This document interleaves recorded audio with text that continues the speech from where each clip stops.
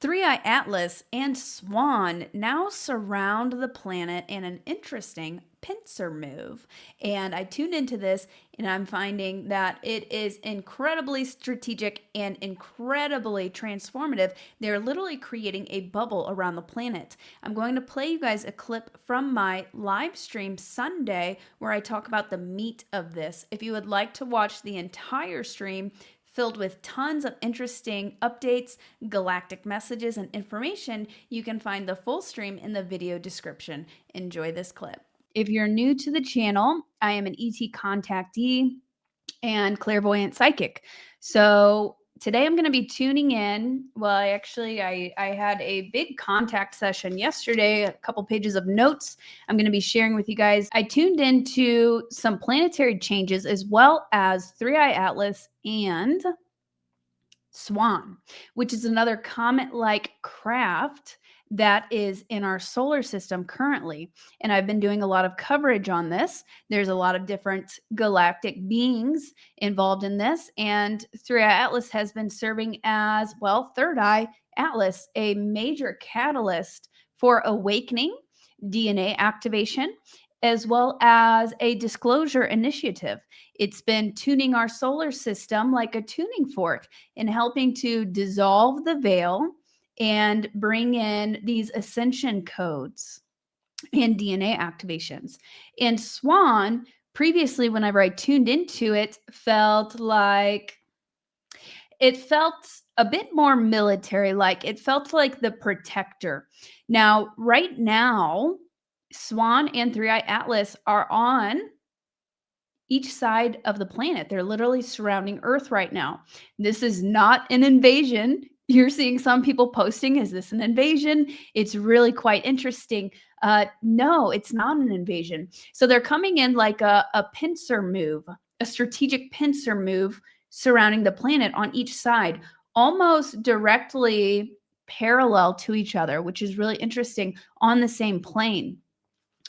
And when I saw this, I got pinged and knew that this was very significant. So I tuned into that. I tuned into what's going on with the planet.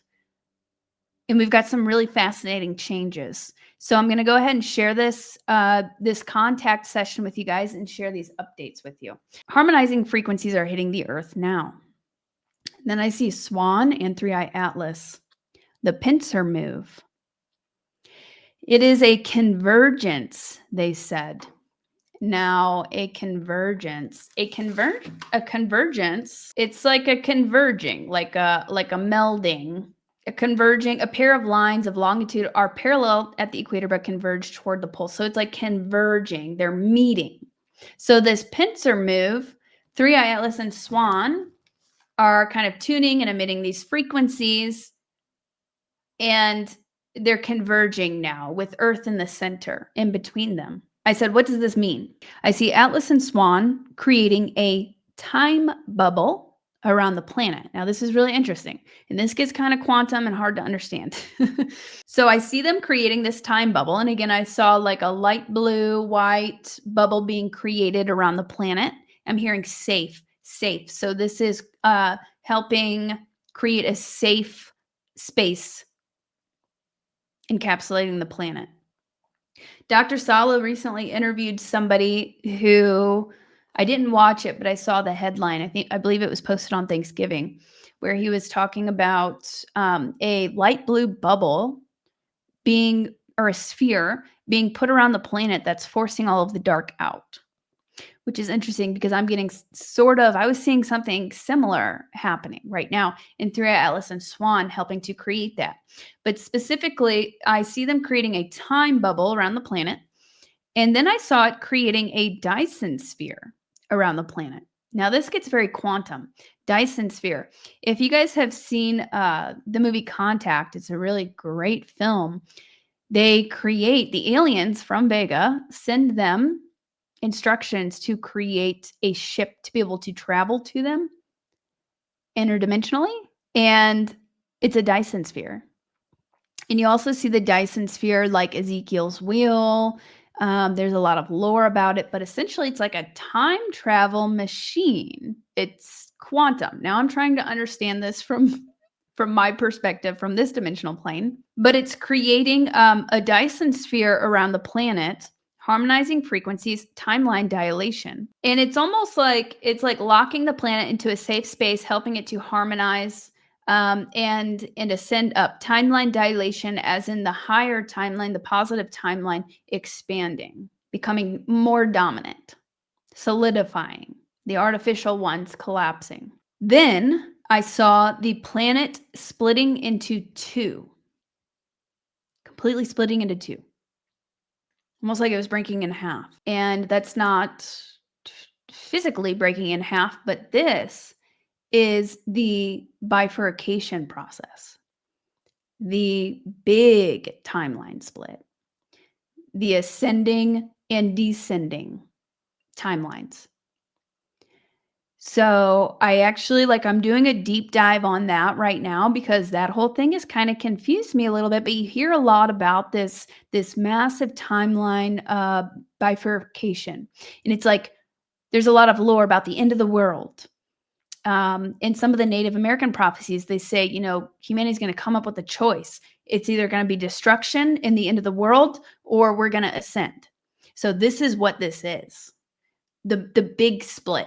So we're having all of these minor and sometimes, major timeline shifts and kind of back and forth as humanity is choosing. We're learning, we're growing. But then this is setting the stage, Three-Eye Atlas and Swan, and what's occurring around the planet right now is preparing for the big split. So, like I said, I'm working on I'd love to answer this question too. I'm working on getting very detailed information about what the big timeline split, what that means, how that works. I've got some great mind-blowing information so far, but I'm still working on it. So I'm probably going to post another video on that in the coming days. But it's really interesting because I want to know, what is the mechanics of that? What does that look like? How do we know which timeline we are on? So what I'm gathering, we're kind of shifting, we're kind of getting glimpses of both right now. They're existing at the same time before we get the big split. They're kind of it's kind of all melded together, and some people are on this one, some people are on that one. And we kind of dip a little bit back and forth. We're hearing echoes of both. That's why some people are all about the doomsday stuff, doom and gloom, and then other people see ascension. If you're doing your shadow work, what I'm gathering so far, if you're doing your healing work, if you're working your light, if you are on the awakening path, you're on the good timeline. So I don't think that's anything that we have to worry about. So I see this planet splitting into two, higher timeline, lower timeline split. And then they said precession of the equinox, fall of Atlantis. Now I'll get back to that. Time loop, they said. Breaking free of a negative time loop that we've been kind of caught in. And then again, this kind of goes into Laura Eisenhower's work, where she talks about how these artificial constructs have been keeping us in this kind of trauma loop over and over again. It's been so dense. So we're going to be breaking free of that. And this is setting the stage for that to occur. And I believe people can already tap into that now. We're doing a lot of very deep purging and clearing. The planet is itself, a lot of karmic clearing, healing, a lot of ancestral clearing, healing, past lifetime, inner child work. We're doing so much right now, but you can tap into that right here and right now. Some people might be living in that 99% of the time, living in the 5D, where the universe just flows and you see the positive, you see the light. But then we also have, with the solar flares, there's deep things that are purging out of us. So it's kind of, we've been kind of, you may experience ups and downs and dips, which is normal. So we're breaking free of a negative time loop. Why bring up Atlantis, I ask? That's when this negative loop inverted grid matrix was really put into place, it was solidified, the fall of Atlantis. Literally breaking free from a cage. What did you mean by gridlock?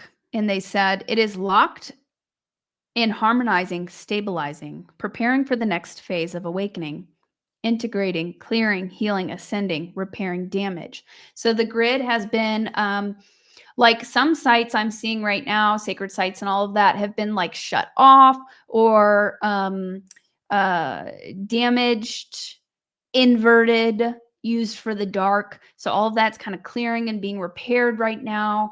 We've got a lot of grid workers working with the ley lines, all of that going on. So it's stabilizing with the influx of solar energies and the frequencies. The Schumann has been going pretty crazy. Right now, it's kind of, they're showing me that the grid's kind of locked into place as we harmonize and stabilize with the higher frequencies coming in. And then we'll be moving into the next phase, but we're like stabilizing and harmonizing right now, which I think that's why we are seeing an uptick in like volcanic eruptions and things like that. Things shifting, the planet shifting. So we are going through this phase and then we ascend up into the next phase. So integrating, clearing, healing, ascending.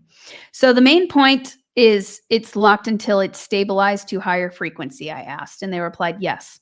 And time, stabilizing to higher timeline. So it has to do with stabilizing to the higher frequency and stabilizing, solidifying the higher timeline. What else, I ask? From a volcano. So I saw a vision of a volcano, and then I see a flower blooming from it. Magnetic pull of the earth. It is shifting, they said. What does that mean, I ask? Time, balance, perception, dismantling of illusion, the earth grid going to correct, like it's correcting itself right now, like it was shifted off. So the fall of Atlantis really messed with the grid. It really messed with things. It dismantled and it kind of shoved us into this very lower, like dense plane and kind of kept us in this trap, if you want to call it that.